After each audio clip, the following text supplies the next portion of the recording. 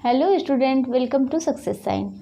हम लोगों ने पिछली क्लास में अभी तक हम लोगों ने क्या पढ़ा था? हम लोगों ने पढ़ा घर और मकान के बारे में। घर क्या होता है, मकान क्या होता है, इन सब के बारे में जाना।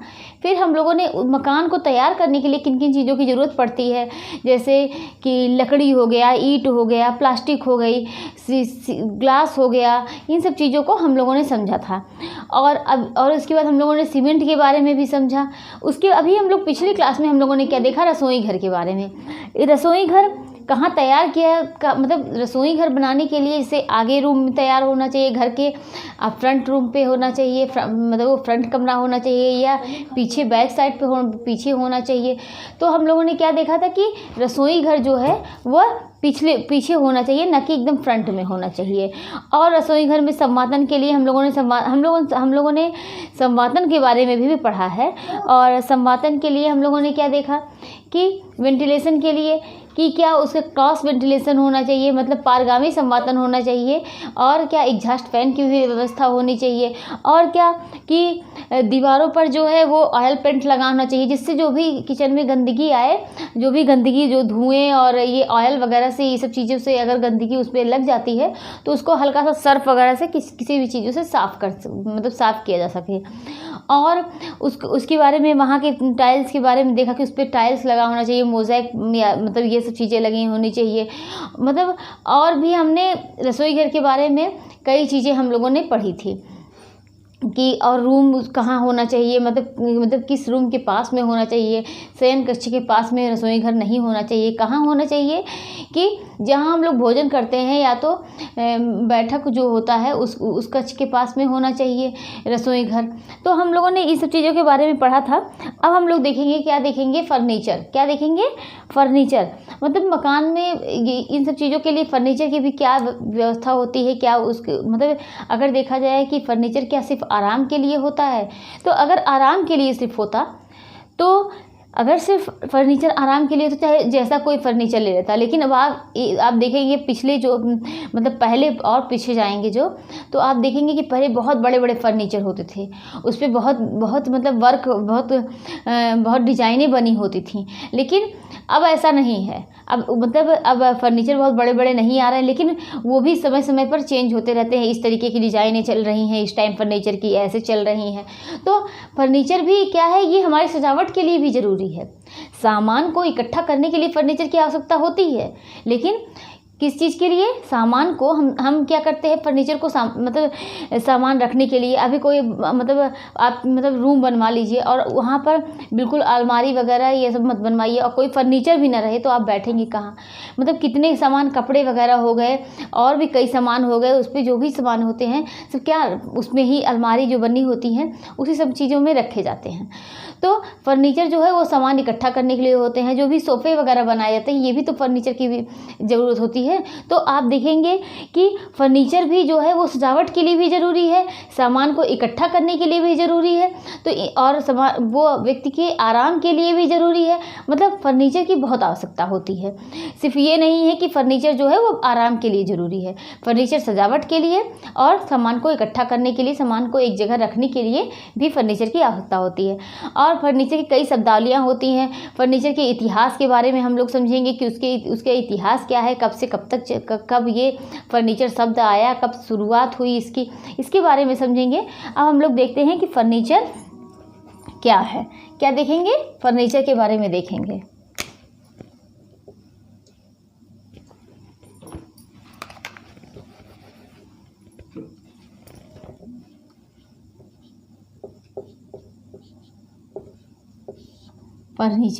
फर्नीचर के बारे में हम लोग देखते हैं कि फर्नीचर जो है वह सोने या सामान रखने के लिए यूज़ होता है। किसके लिए?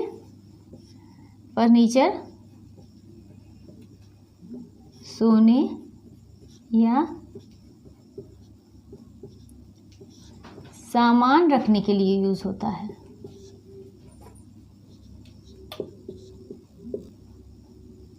तो फर्नीचर क्या है? सोने या सामान रखने के लिए यूज़ होता है।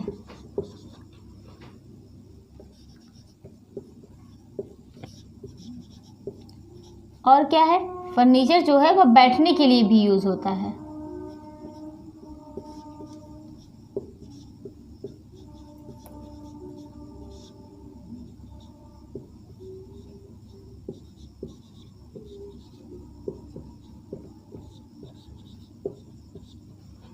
फर्नीचर बैठने के लिए भी यूज़ होता है। और फर्नीचर जो है, इससे क्या, फर्नीचर से रहन सहन में सुविधा होती है। फर्नीचर से रहन सहन में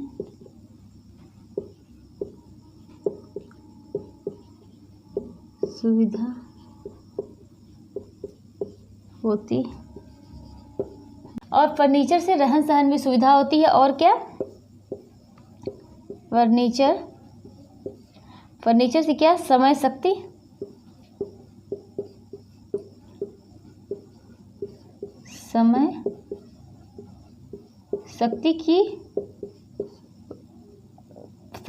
की बचत होती है।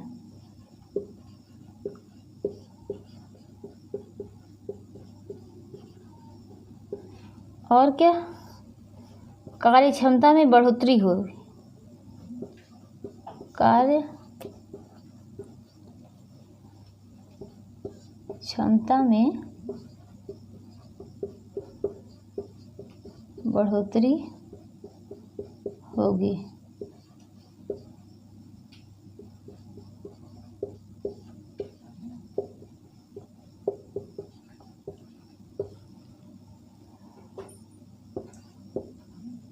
देखिए, पहले हम इसको समझते हैं कि हमने बताया कि फर्नीचर जो है ये सोने या सामान रखने के लिए यूज़ होता है, और बैठने के लिए भी फर्नीचर का यूज़ किया जाता है।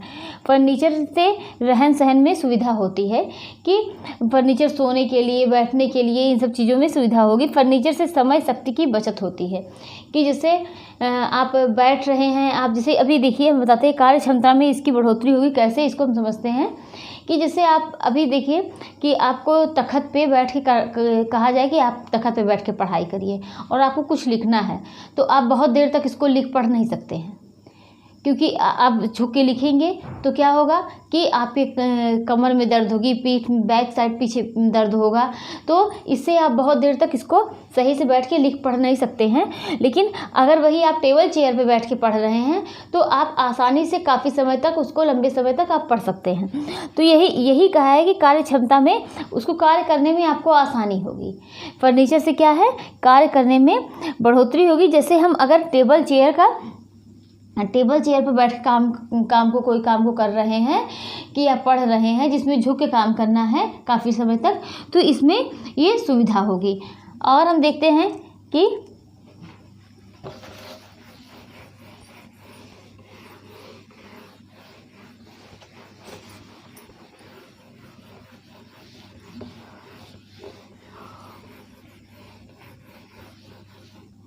हम नेक्स्ट देखेंगे क्या होता है कि फर्नीचर जो है वह सजावट के लिए ज़रूरी होता है।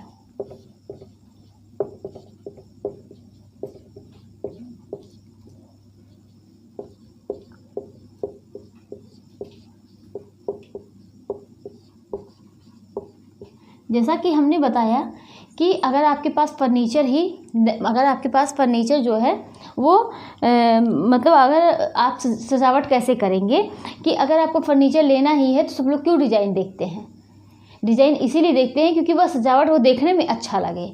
और इस टाइम फर्नीचर कैसा यूज़ किया जा रहा है, कैसा चलन में है, हम लोग कोशिश करते हैं कि अगर वही फर्नीचर लें, हाँ इस टाइम ये चीज़ें इस तरीके से फर्नीचर हम लगाएं तो अच्छा लगेगा।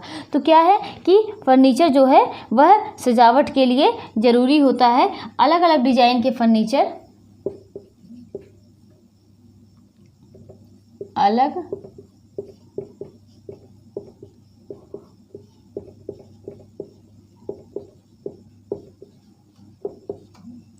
क्या कहता है, जिसके लिए हम लोग क्या करते हैं, अलग अलग डिज़ाइन के फर्नीचर लेते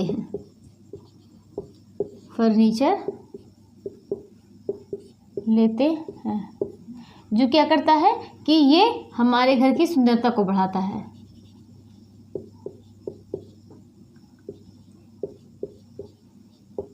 घर की सुंदरता को बढ़ाता ठीक, तो फर्नीचर जो है वो सजावट के लिए ज़रूरी होता है। अलग अलग डिज़ाइन के फर्नीचर हम लेते हैं और ये हमारे घर की क्या करता है, सुंदरता को बढ़ाता है। अब हम देखेंगे फर्नीचर का इतिहास। क्या देखेंगे? फर्नीचर का इतिहास। ये फर्नीचर कब आया, कब इसकी शुरुआत हुई?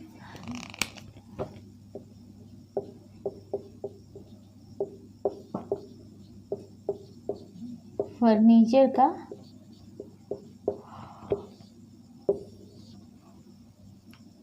इतिहास क्या है कि फर्नीचर का इतिहास क्या है, इसके बारे में देखते हैं कि 15वीं शताब्दी में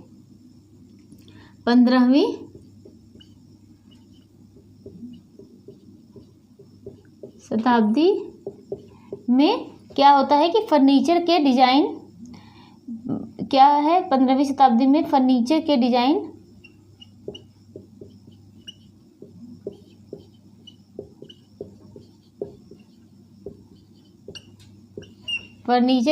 डिज़ाइन का विचार आया था।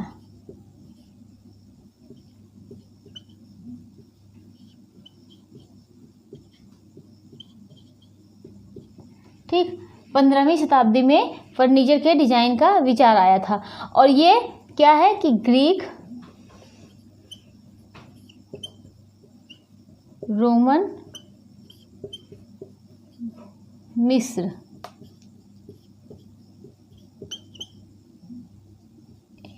ने ही फर्नीचर का डिज़ाइन बनाया था।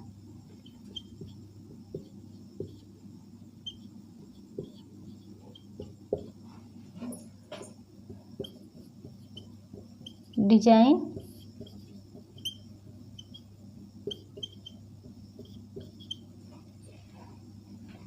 इन्हीं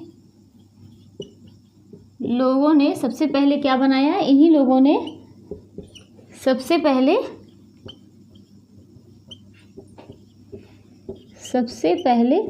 कुर्सी बनाया। क्या बनाया?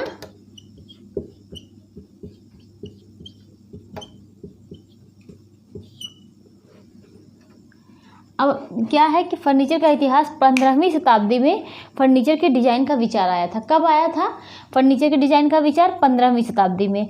ग्रीक, रोमन और मिस्र ने ही इसे क्या, फर्नीचर का डिज़ाइन बनाया था और इन्हीं लोगों ने सबसे पहले क्या बनाया था, कुर्सी बनाया था। क्या बनाया? सबसे पहले कुर्सी बनाया था।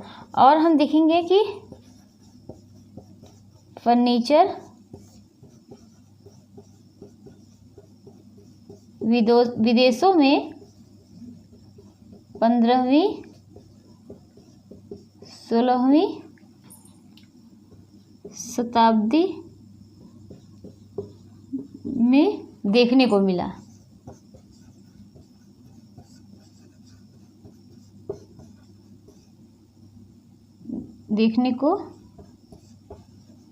था। ठीक, क्या है कि फर्नीचर जो है ये यहाँ पर कहाँ डिजाइन, सबसे पहले ग्रीक, रोमन, मिस्र ने ही फर्नीचर का डिजाइन बनाया था। इन्हीं लोगों ने सबसे पहले क्या बनाया, कुर्सी बनाया। क्या बनाया? कुर्सी बनाया। फिर फर्नीचर विदेशों में 15वीं 16वीं शताब्दी में देखने को मिला था।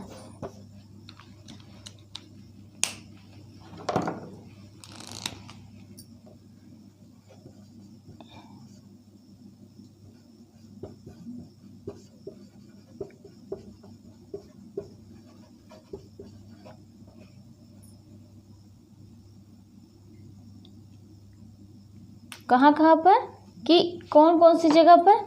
इटली,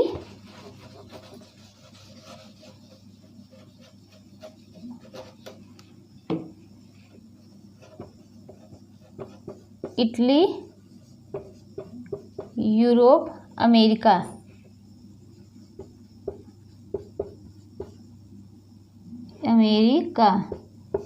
इटली, यूरोप, अमेरिका में ही फर्नीचर से पहले फर्नीचर देखने को मिला। यहीं पर फर्नीचर देखने को,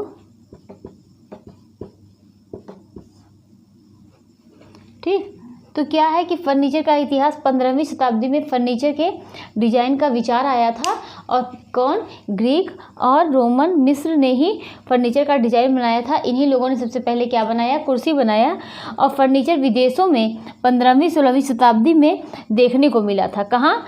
विदेशों में 15वीं 16वीं शताब्दी में देखने को मिला था। Italy, Europe, America, Italy, Europe, America, यहीं पर फर्नीचर देखने को मिला। ठीक, अब हम देखते हैं कि फर्नीचर की शैलियाँ।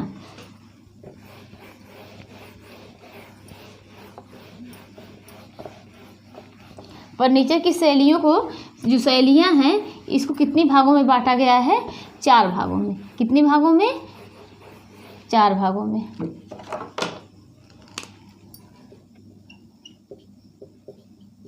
फर्नीचर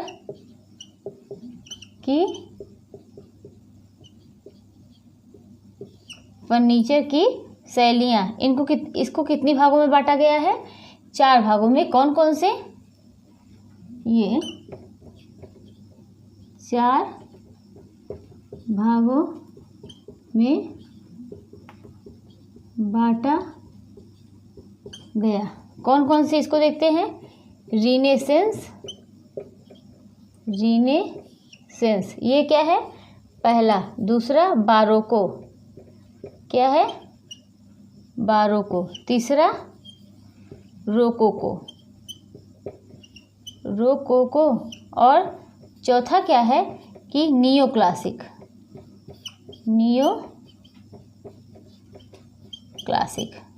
ठीक, फर्नीचर की शैलियों को, जो फर्नीचर की शैलियाँ हैं, हमने क्या देखा कि पहले हमने फर्नीचर के महत्व के बारे में पढ़ा कि फर्नीचर का मतलब फर्नीचर का क्या क्या किस किस चीज़ के लिए ज़रूरी है। आराम के लिए, बैठने के लिए, सजावट के लिए, इन सब चीज़ों के लिए, सामान को इकट्ठा रखने के लिए फर्नीचर ज़रूरी है। उसके बाद हम लोगों ने देखा कि फर्नीचर का इतिहास, उसके इतिहास के बारे में देखा कि 15वीं 16वीं शताब्दी में सबसे पहले फर्नीचर का डिज़ाइन कहाँ पर? मिस्र, अरे यूरोप, अमेरिका, इन सब जगहों पर फर्नीचर पहले बनाया गया था। तो उसके बाद हमने देखा कि फर्नीचर की शैलियों को कितने भागों में बांटा गया है? 4 भागों में बांटा गया है। कौन कौन से हैं जो 4 शैलियाँ हैं? पहली शैली जो है वो रिनेसेंस है, दूसरी शैली बारोको है, तीसरी शैली रोकोको है और चौथी शैली नियो क्लासिक है। तो ये 4 शैलियाँ कौन कौन सी हैं? रिनेसेंस है और बारोको है, रोकोको है और चौथी जो है वो नियो क्लासिक है। अब हम एक एक करके इसको समझेंगे कि रिनेसेंस क्या है।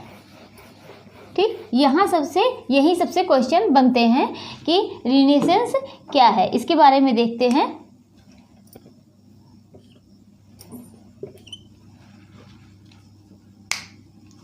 ये रिनेसेंस शैली जो है क्या है? ये इटली की है। कहाँ की है?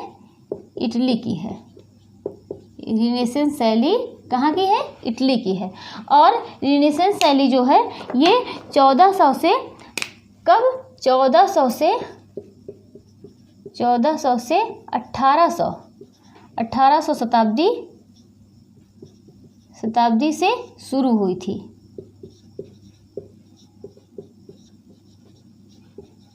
तो हमने क्या देखा कि रिनेसेंस शैली क्या है? ये कहाँ की शैली है? इटली की है। कहाँ की है?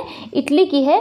और ये 1400 से 1800 शताब्दी से शुरू हुई या इसी के मध्य इसको देखने को मिलती है। किसके मध्य? 1400 से 1800 शताब्दी के मध्य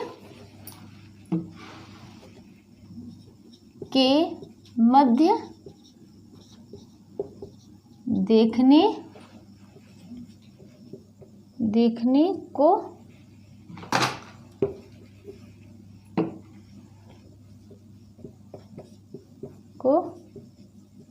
मिलती है।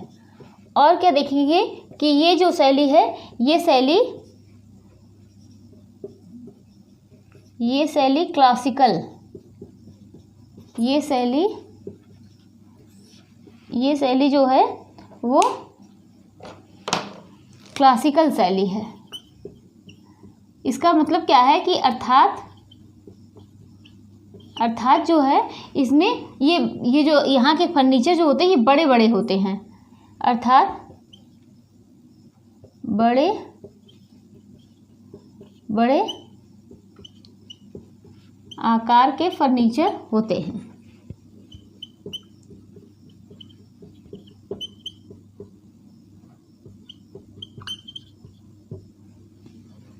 और क्या है कि ये सममितीय संतुलन होते हैं। इसमें क्या होते हैं? सममितीय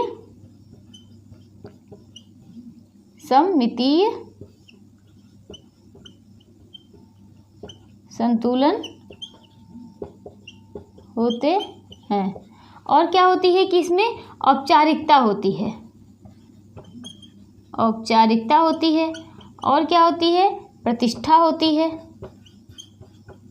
प्रतिष्ठा होती है, गंभीरता होती है, गंभीरता। इन सब चीज़ों का क्या है कि गंभीरता का सूचक होता है।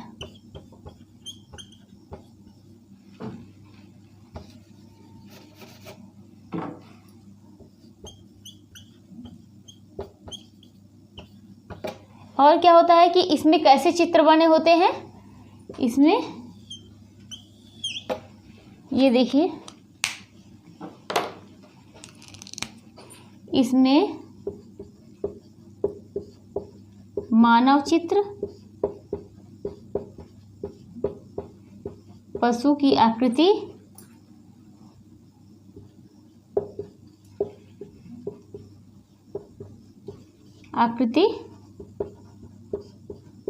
बना दी जाती है। ठीक, रिनेसेंस शैली जो है ये क्या है? ये शैली इटली की है। कहाँ की है? इटली की है, जो कि 1400 से 1800 शताब्दी के मध्य ये देखने को मिलती है। ये शैली क्लासिकल होती है, अर्थात बड़े बड़े आकार के फर्नीचर होते हैं और सममितीय संतुलन होते हैं, औपचारिकता होती है। क्योंकि आप देखेंगे जो पहले जो राजा महाराजा लोग रहते थे उस समय भी देखे थे कि आप बहुत बड़े बड़े फर्नीचर होते थे। मतलब जहाँ आप बैठते हैं उसके पीछे देखिए खूब, मतलब जो पीछे बना होता है फर्नीचर, जैसे आगे जो बैठने के लिए बना होता है, फिर पीछे जो बना होता है जिसपे जो बैक साइड होता है वो बहुत बड़ा बड़ा होता था। तो उसमें क्या होता था कि बड़े बड़े आकार के फर्नीचर होते थे। इसमें सममितीय संतुलन होता है, ये इसमें औपचारिकता होती है और क्या प्रतिष्ठा होती है। क्योंकि पहले ये राजा महाराजा लोग इसको जो बड़े बड़े चेयर, इन बड़े बड़े कुर्सी और बड़े बड़े डिज़ाइन के लोग बड़े बड़े डिज़ाइन फर्नीचर जो होते हैं उस पर बैठते थे या उसको यूज़ करते थे, जो भी फर्नीचर यूज़ करते थे। और सिर्फ ऐसा नहीं है कि फर्नीचर में सिर्फ यही आता है कि जो कुर्सी है। और क्या गंभीरता का सूचक है। इसमें कैसा चित्र बना होता था? इसमें मानव चित्र बना होता था या पशु की आकृति बनी होती थी। अब हम देखेंगे दूसरी शैली कौन सी है। ये कौन सा था? रिनेसेंस था। और अब दूसरी शैली देखेंगे बारोको। क्या देखेंगे? बारोको शैली।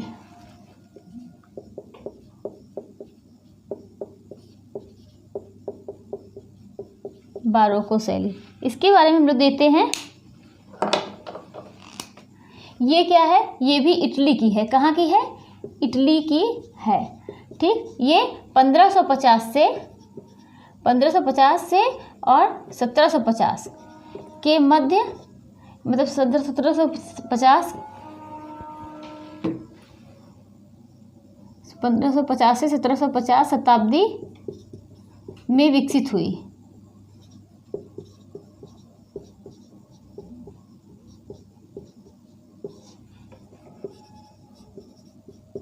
बारोको शैली क्या है? कहाँ की है? इटली की है। ये 1550 से 1750 शताब्दी के मध्य विकसित हुई। ठीक, अब हम इसका नेक्स्ट देखेंगे क्या है तीसरे नंबर पे, बारोको शैली। ये बारोको शैली हो गई। और तीसरे नंबर पे देखेंगे रोकोको। क्या है? रोकोको शैली। रोकोको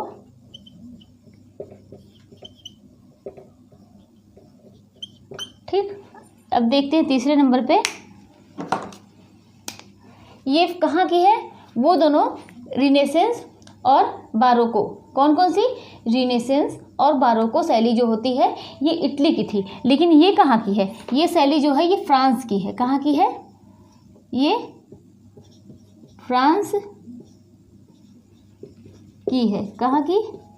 फ्रांस की है। और ये 1715 से लेकर 1775 तक। कब? 1715 से लेकर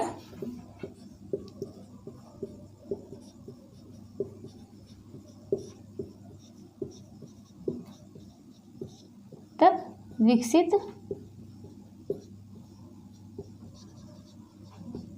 ये क्या होता है? ये रिनेसेंस शैली का उल्टा होता है।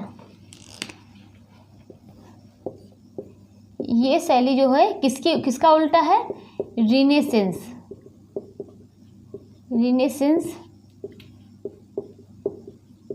शैली का अपोजिट होता है या उल्टा होता है। इसका मतलब देखिए कि इसमें क्या है, उसमें बड़े बड़े आकार के फर्नीचर यूज़ होते थे, इसमें बड़े बड़े आकार के फर्नीचर नहीं, इसमें छोटे आकार के फर्नीचर यूज़ होते हैं। इसमें छोटे आकार के फर्नीचर यूज़ होते हैं। और क्या था उसमें, जो क्या है औपचारिकता थी, इसमें क्या है अनौपचारिकता है।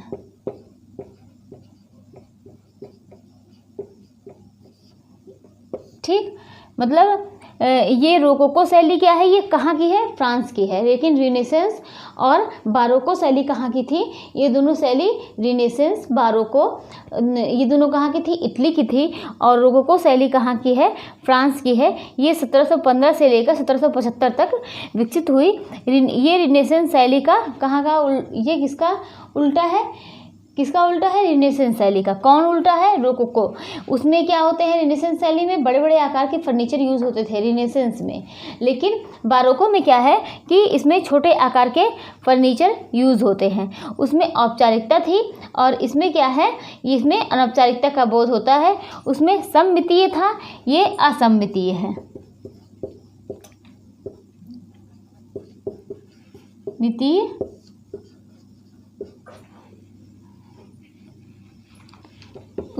उसमें वो सममितीय था और ये असममितीय है।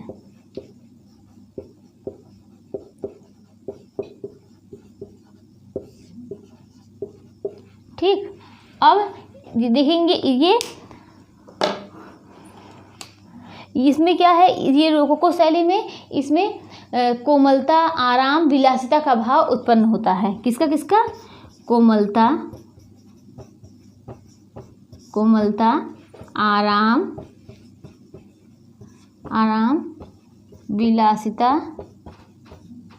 विलासिता का भाव उत्पन्न होता है। तो हमने कितनी शैली पढ़ी? 3 शैली। कौन कौन सी? पहली शैली क्या थी? रिनेसेंस थी। और दूसरी बारोको थी। रिनेसेंस शैली जो होती है वह क्या होती है? रिनेसेंस शैली वह मतलब उसमें बड़े बड़े आकार के फर्नीचर यूज़ होते थे और उसमें औपचारिकता का बोध होता था, वो सममितीय था। और बारोको शैली क्या है, ये कहाँ की है? ये भी इटली की है। लेकिन रोकोको शैली क्या है? फ्रांस की है। ये कब से? 1715 से लेकर 1775 तक इस शताब्दी के मध्य विकसित हुई। और ये रिनेसेंस शैली का अपोजिट है। इसमें छोटे आकार के फर्नीचर यूज़ होते हैं, लेकिन रिनेसेंस में बड़े आकार के यूज़ होते हैं। उसमें औपचारिकता होती है, इसमें अनौपचारिकता होती है, वो सममितीय है रिनेसेंस। और ये क्या है? रोकोको असममितीय है। ये कोमलता, आराम, विलासिता का भाव उत्पन्न करते हैं। ठीक, अब क्या देखेंगे कि नेक्स्ट देखेंगे नियो क्लासिकल। क्या देखेंगे?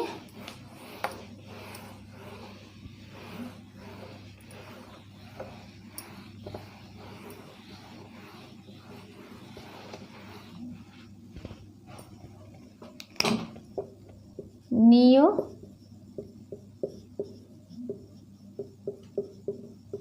क्लासिकल, ये शैली कहाँ की है? ये शैली फ्रांस की है। कहाँ की है? फ्रांस की। ये शैली कहाँ की है? फ्रांस की। इसके पहले जो शैली थी हमने पढ़ी वो भी फ्रांस की थी। और ये क्या, ये 1575 से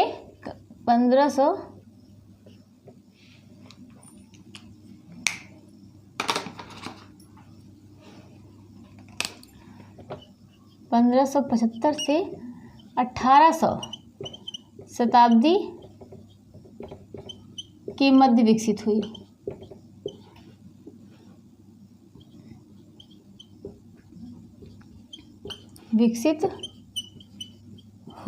और क्या, ये छोटा और सममितीय संतुलन देखने को मिलता है।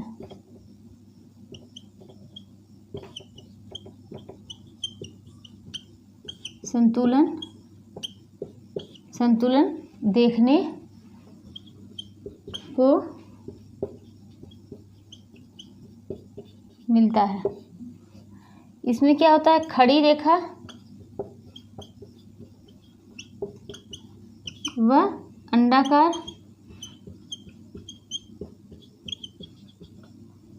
अंडाकार आकृति के फर्नीचर देखने को मिलते हैं।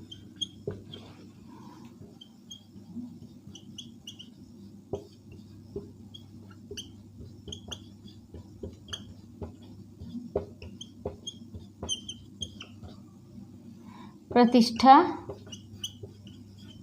ये जो फर्नीचर है ये प्रतिष्ठा, आराम, नाजुकता का भाव देखने को मिलता है।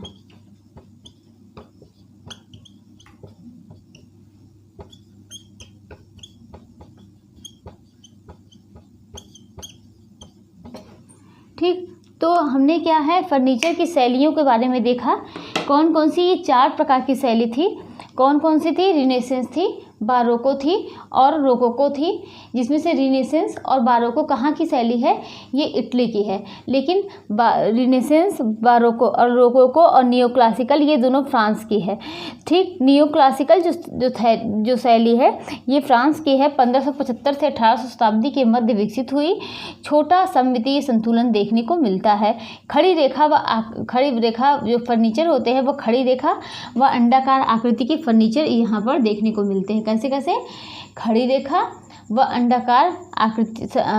अंडाकार आकृति के फर्नीचर देखने को मिलते हैं।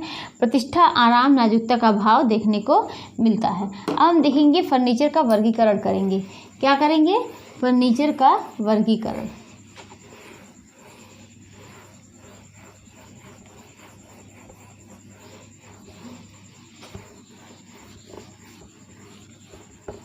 फर्नीचर का वर्गीकरण करेंगे, इसको देखेंगे।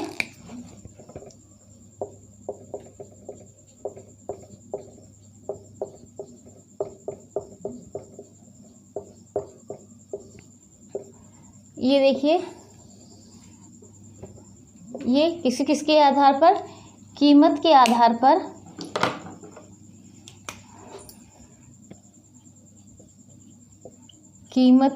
पर,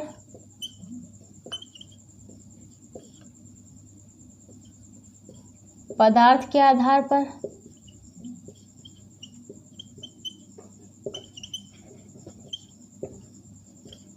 शैली के आधार पर,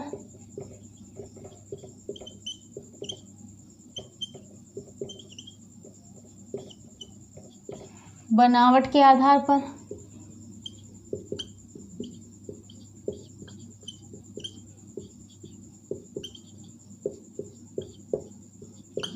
और फिर क्या है, उपयोग के आधार पर।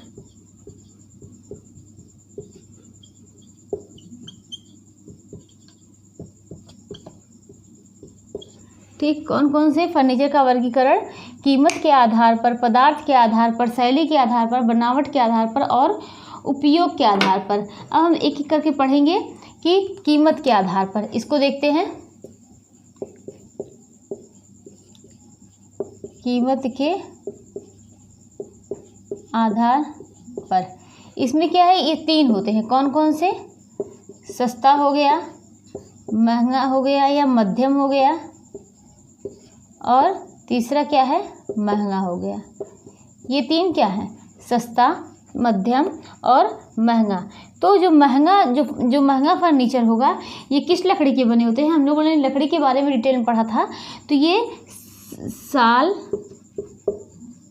शीशम और सागौन, ठीक, कीमत के आधार पर 3 भागों में बांटा गया है, सस्ता, मध्यम, महंगा। तो महंगा जो है वह उसमें कौन कौन से हो गए, साल वृक्ष हो गया, शीशम और सागौन। इन तीनों लकड़ियों से जो भी फर्नीचर तैयार किए जाएंगे वो क्या होगा, महंगा होगा। इन तीनों लकड़ियों से जो भी फर्नीचर तैयार किए जाएंगे वो महंगा होगा। अब हम पदार्थ के आधार पर देखते हैं।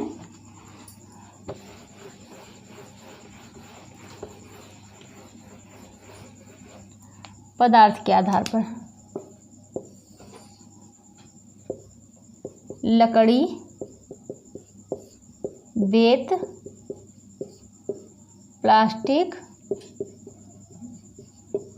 लकड़ी, बेत, प्लास्टिक, धातु और कांच।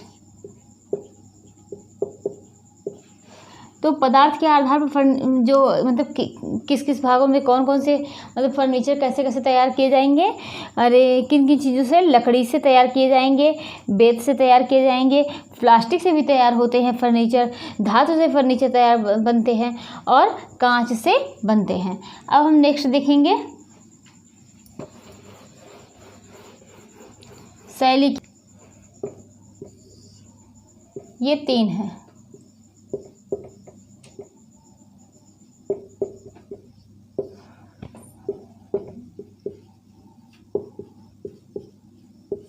परंपरागत, आधुनिक और तीसरा क्या है, समकालिक।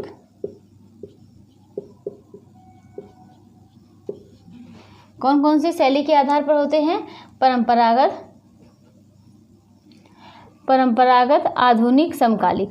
पहले देखेंगे कि परंपरागत क्या है, जिसमें बहुत अधिक डिज़ाइनें बनी होती हैं, जो बड़े बड़े आकार के फर्नीचर होते हैं, जिसमें क्या होते हैं,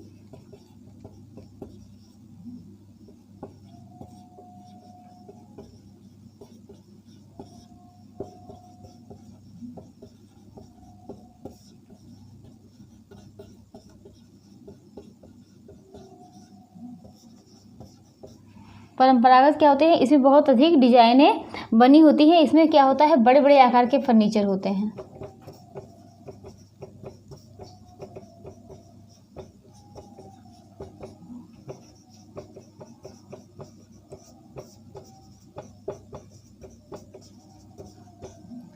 और आधुनिक क्या है, जो हम इस टाइम प्रेजेंट टाइम यूज़ कर रहे हैं।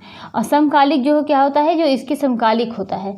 तो ये हमने देखा कि शैली के आधार पर पहले हमने क्या देखा, कीमत के आधार पर 3 थे, सस्ता, महंगा, मध्यम। फिर हमने पदार्थ के आधार पर देखा कौन कौन से, लकड़ी, बेत, प्लास्टिक, धातु और मतलब इस सब चीज़ों से किस किस चीज़ों से फर्नीचर तैयार किए जाते हैं। फिर शैली के आधार पर परंपरागत, आधुनिक, समकालिक। परंपरागत जो है ये बहुत अधिक डिजाइनें इसमें बनी होती हैं, बड़े बड़े आकार के फर्नीचर यूज़ होते हैं। अब हम बनावट के आधार पर देखेंगे।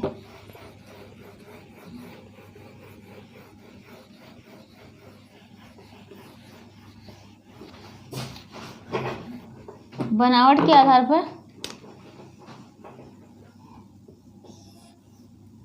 इसमें क्या है, केस गुड्स, दूसरा अपहोस्ट्री,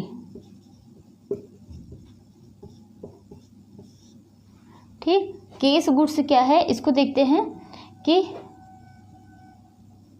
जो बनावट के आधार पर फर्नीचर होते हैं कि इसमें क्या होता है, केस गुड्स होते हैं, अपहोस्ट्री होते हैं।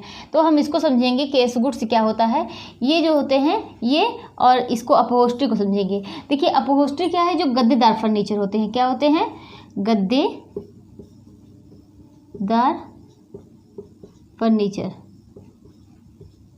और केस गुड्स क्या है, इसमें हम वस्तुओं को रखते हैं, इसमें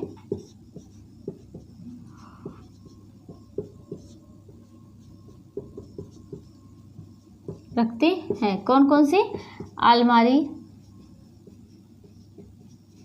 कुर्सी इत्यादि, ठीक। तो ये क्या है, बनावट के आधार पर हो गई कि मतलब बनावट जो है, जैसे गद्देदार फर्नीचर हो गए। आप देखेंगे सोफ़ा, जो सोफ़ा होता है उसमें क्या होते हैं, वो पूरे पूरे जो होते हैं वो गद्देदार होते हैं। तो वही क्या है, ये अपहोस्ट्री जो गद्देदार फर्नीचर होते हैं, यही यहाँ से भी क्वेश्चन बना है कि अपहोस्ट्री का मतलब क्या होता है? अपहोस्ट्री का आप हिंदी देखेंगे तो ये उसका गद्देदार फर्नीचर ही होता है। तो अपहोस्ट्री क्या है? गद्देदार फर्नीचर। केस गुड्स क्या है? इसमें हम क्या करते हैं, वस्तुओं को रखेंगे, जैसे टेबल हुआ, अलमारी हो गई, और क्या, कुर्सी। टेबल, अलमारी, कुर्सी। अब हम नेक्स्ट देखेंगे उपयोग के आधार पर।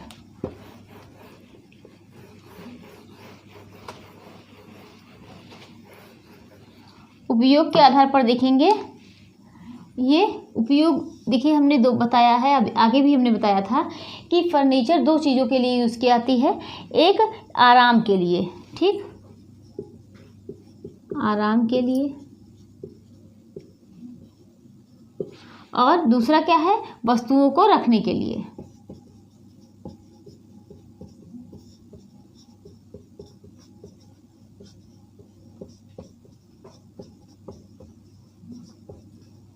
ठीक, तो उपयोग के आधार पर फर्नीचर जो होते हैं वो दो प्रकार के होते हैं, एक आराम के लिए और दूसरा क्या है, वस्तुओं को रखने के लिए होते हैं।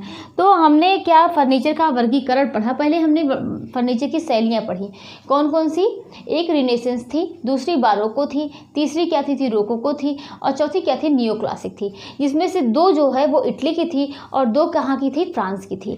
ठीक, अब हम उसके बाद हमने क्या पढ़ा, फर्नीचर का वर्गीकरण। फर्नीचर का वर्गीकरण किया गया जिसमें क्या है कि कीमत के आधार पर, पदार्थ के आधार पर, शैली के आधार पर, बनावट के आधार पर, उपयोग के आधार पर।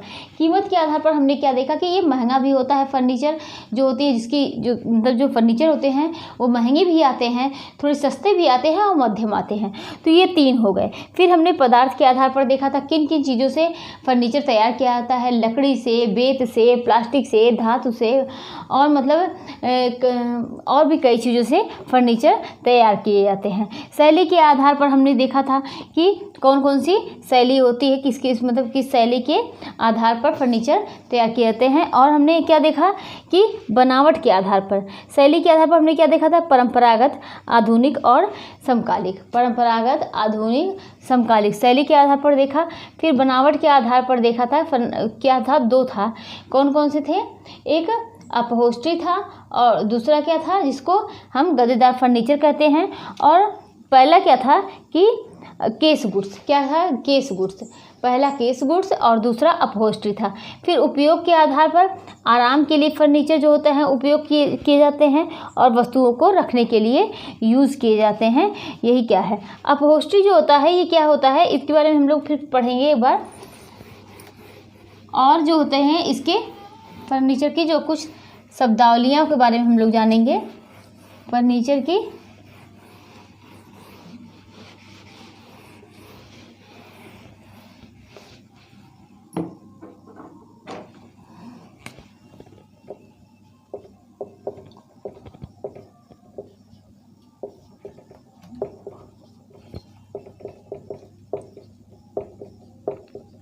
फर्नीचर की शब्दावली। तो अपहोस्ट्री,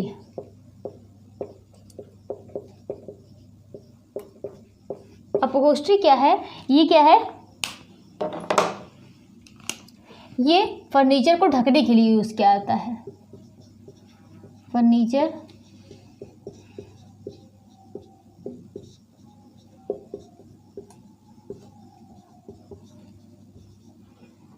यूज़ किया जाता है, फर्नीचर को ढकने के लिए यूज़ किया जाता है। और क्या है, गोल्डन, गोल्डन, गोल्डन ऑब्लांगोटा, ये भी क्या है, फर्नीचर की शब्दावली है। पहली क्या थी, अपहोस्ट्री थी, दूसरी क्या है, गोल्डन ऑब्लांगोटा। ये क्या है, फर्नीचर की स्थानिक व्यवस्था को बताता है। फर्नीचर की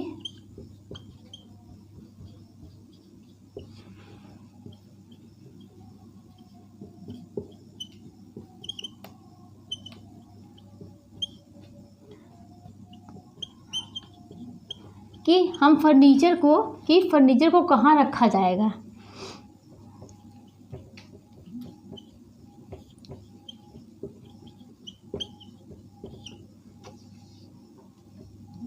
कहाँ रखा जाएगा। और इसके द्वारा, इसके तहत फर्नीचर को दीवार से सटाकर फर्नीचर रखते हैं। कहाँ रखते हैं? फर्नीचर को किससे? दीवार से सटाकर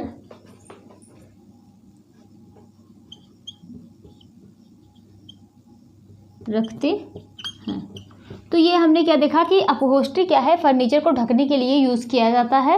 ये मतलब फर्नीचर की ये शब्दावलियाँ हैं। अपहोस्ट्री है, गोल्डन ऑब्लांगोटा है। तो फर्नीचर क्या है कि फर्नीचर को क्या करते हैं हम? फर्नीचर को ढकने के लिए क्या यूज़ किया जाता है? अपहोस्ट्री यूज़ किया जाता है। ये क्वेश्चन आया हुआ है, अपहोस्ट्री किस लिए यूज़ किया जाता है? फर्नीचर को ढकने के लिए। और गोल्डन ऑब्लांगोटा क्या होता है? ये फर्नीचर की स्थानिक स्थिति को बताता है कि फर्नीचर को कहाँ रखा जाएगा, किस स्थान पर कौन सा फर्नीचर हम रखेंगे। और फर्नीचर को क्या ये भी बताता है कि फर्नीचर को जब भी रखें तो दीवार से सटा कर रखा जाता है। अब हम नेक्स्ट देखेंगे, क्या देखेंगे? कालीन।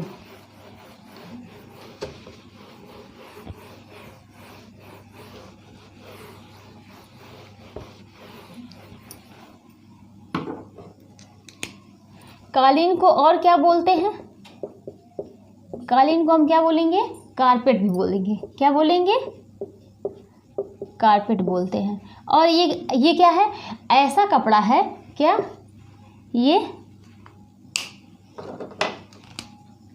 ऐसा कपड़ा है जो पूरे फर्श को ढकता है। ऐसा कपड़ा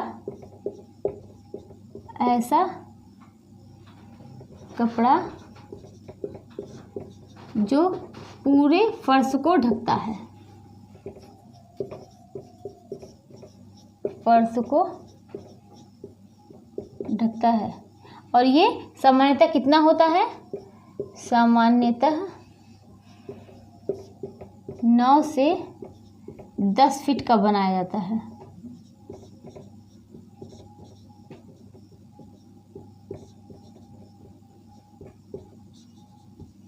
ठीक, तो कालीन या कारपेट, कालीन को कारपेट बोलते हैं। ऐसा कपड़ा जो पूरे फर्श को ढकता है और कितना बनाया जाता है? सामान्यतः 9 से 10 फीट बनाया जाता है। अब हम देखेंगे गलीचा। क्या देखेंगे?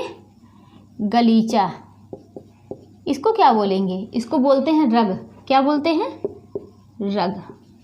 ठीक, ये क्या होता है? ये इसे क्या करते हैं? ये कालीन को, जो कालीन हमने पढ़ा कि ऐसा कपड़ा जो पूरे फर्श को ढकता है, इसी को काट कर क्या बनाया जाता है? गलीचा बनाया जाता है। किसको?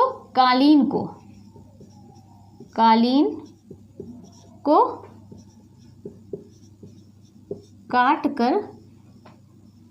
को काट कर बनाया जाता है।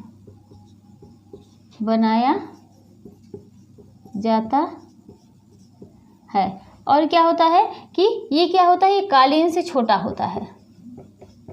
कालीन से छोटा होता है। मतलब जैसे जो कालीन जो होती है वो पूरे फर्श को ढकती है, लेकिन ये गलीचा जो है, ये गलीचा जिसको हम रग बोलते हैं, ये किसी एक स्थान को कवर करता है। मतलब जैसे थोड़े दूर में इसको कवर करना है, थोड़े स्थान को ये ढककर ये थोड़े स्थान पर रखा जाता है। और ये किसका? कालीन को काट कर बनाया जाता है और किस कालीन से ये छोटा होता है। अब हम नेक्स्ट देखेंगे क्या है कि रनर। क्या बोलते हैं? रनर। रनर इसी क्या है? ये क्या है? ये सबसे छोटा होता है। ये सबसे छोटा होता है। सबसे छोटा होता है। ये कहाँ बिछाया जाता है? इसे कहाँ बिछाते हैं? सीढ़ी या गैलरी में बिछाया जाता है। कहाँ? ये सीढ़ी या गैलरी में बिछाते हैं। ठीक, अब हम मतलब क्या हमने फर्नीचर की शब्दावलियाँ पढ़ी उसमें हम लोगों ने क्या पढ़ा, अपहोस्ट्री पढ़ा। अपहोस्ट्री क्या होता है, फर्नीचर को ढकने के लिए यूज़ होता है। उसके बाद हम लोगों ने क्या पढ़ा था कि गोल्डन ऑब्लांगोटा होता है, वो क्या होता है कि वह फर्नीचर की स्थिति को बताता है कि फर्नीचर किस स्थान पे कहाँ रखना है, इस चीज़ को बताता है। क्या बताता है, गोल्डन ऑब्लांगोटा। और ये क्या करता है कि ये जो होता है ये मतलब जब भी दीवार, और ये भी बताता है कि जब भी आप फर्नीचर को रखें तो दीवार से सटा कर रखें। फिर हमने क्या पढ़ा, कालीन या जिसे हम बोलते हैं कारपेट। ये क्या होता है, ऐसा कपड़ा जो पूरे फर्श को ढके। इससे छोटा क्या होता है, इससे छोटा होता है गलीचा। गलीचा क्या होता है, ये कालीन को काट कर बनाया जाता है, जिसको बोलते हैं रग। गलीचे को क्या बोलते हैं, रग बोलते हैं। कालीन को काट कर बनाया जाता है, लेकिन ये किससे छोटा होता है, कालीन से छोटा होता है। और क्या करता है, ये किसी स्पेसिफिक एक जगह को ये कवर करके रखता है। लेकिन रनर क्या है, रनर सबसे छोटा होता है और ये सीढ़ी या गैलरी में बिछाते हैं। अगर पूछा जाए कि फर्नीचर जो है, फर्नीचर पे चमक लाने के लिए हम क्या यूज़ करते हैं, अगर फर्नीचर है उस पर हम चमक लाने के लिए क्या यूज़ करेंगे। फर्नीचर पर चमक लाने के लिए हम किस चीज़ का यूज़ करते हैं, सिरके का यूज़ करते हैं। अगर फर्नीचर जो है वो आप देखते हैं कि थोड़ा बहुत उसमें अगर मतलब कोई होल हो गया है या उसकी दरार को, लकड़ी की दरार को भरने के लिए हम क्या करते हैं, जो लकड़ी का बुरादा होता है फर्नीचर में, लकड़ी की दरार, जो फर्नीचर की दरार है उसको भरने के लिए हम क्या करते हैं, लकड़ी का बुरादा हम यूज़ करते हैं। फर्नीचर की चमक को बढ़ाने के लिए क्या यूज़ करेंगे, सिरके का यूज़ करेंगे। और उसकी दरार को भरने के लिए हम लकड़ी का बुरादा हम यूज़ करेंगे। तो हमने फर्नीचर की शब्दावलियों को देखा, फर्नीचर के इतिहास के बारे में पढ़ा, फर्नीचर का इतिहास कब शुरू हुआ था, और हमने फर्नीचर की शब्दावलियों को देखा। और क्या देखा कि फर्नीचर का यूज़ कहाँ होता है, कि किस चीज़ के लिए यूज़ किया जाता है। इस मतलब सुंदरता को बढ़ाने के लिए भी यूज़ किया जाता है, बैठने के लिए भी यूज़ किया जाता है, आराम करने के लिए यूज़ किया जाता है, सामान को एकत्रित करने के लिए यूज़ किया जाता है।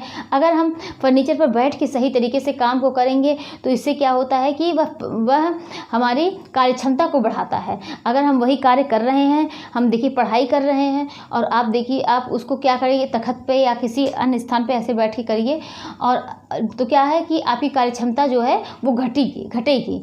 लेकिन आप वही कार्य को आप किसी चीज़ पे जैसे चेयर या टेबल पर लेके बैठ के लिखिए, उसको पढ़िए, तो उससे क्या है, उससे कार्यक्षमता में बढ़ोतरी होगी। तो मतलब कार्य को करने के लिए अगर हम चेयर इन सब चीज़ों को यूज़ करते हैं, आप देख रहे होंगे कि फर्नीचर जो है हर जगह यूज़ किया जाता है, तो इससे क्या है, कार्यक्षमता में बढ़ोतरी होती है। तो इस तरीके से पूरा फर्नीचर का जो चैप्टर होता है वो पूरा कंप्लीट होता है। अब हम लोग नेक्स्ट क्लास में हम लोग क्या पढ़ेंगे, हम लोग नेक्स्ट क्लास में क्या पढ़ेंगे कि बाज़ार, मार्केट, बाज़ार क्या होता है इसके बारे में देखेंगे। ठीक।